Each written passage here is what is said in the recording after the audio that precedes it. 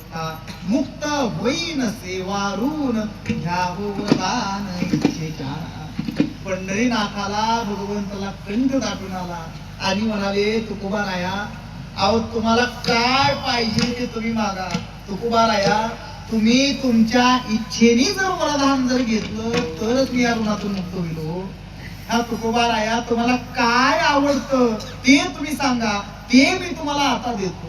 आता आवडेल तरी ते मागा, देईन सांगा जीवीचे ते. आता का विचारली आवड? आई साहेबांनी आठवण करून दिली होती ना, त्यांची आवड विचारा, त्यांचं गोड पुरवा. म्हणून मग पुढे म्हणाले, अहो तुकोबाराया, तुम्हाला काय गोड वाटतं ते तुम्ही मला सांगा, ते देऊन तुमचं पोड पुरवतो. तुम्हासी जे जे वाटे गोड मागा कोड पुरते. भगवंताची करुणावाणी अशी कानावर पडल्या बरोबर आमच्या तुकोबारायांना सुद्धा अश्रू अनावर झाले. बोलावं म्हटलं तर कंठ सद्गतीत झाला. आपल्या मालकाची, स्वामीची, पंढरीरायाची अशी अवस्था अंतकरणाला सावे ना.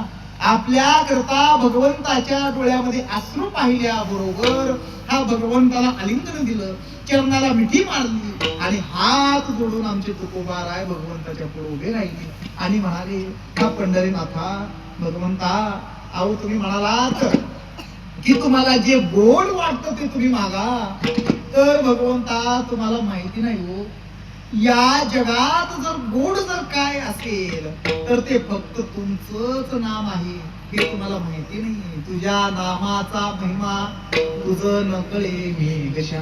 भगवंता, हा तुम्हाला माहिती नाही, हा या जगात हा तुमचं नामच गोड आहे आणि तुमचं सगुण रूपच आम्हाला गोड वाटतं. गोड तुझे रूप, गोड तुझे नाम, देई मज प्रेम सर्व. पुढं भगवंता तुम्ही म्हणालात की आता आवडेल तरी ते मागा. तर आमचा आवडीचा विषय जर काय असेल तर तुमच्याशिवाय दुसरं काही नाही.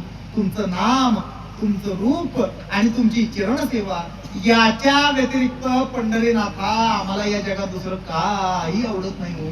भगवंता, तुम्हाला जर माझ्या या वचनावरती जर विश्वास जर बसत नसेल तर पंढरीनाथा, हा तुमची आण घेऊन, तुमची शपथ घेऊन आम्ही तुम्हाला सांगतो की तुमच्याशिवाय या जगात आम्हाला दुसरं काही आवडत नाही.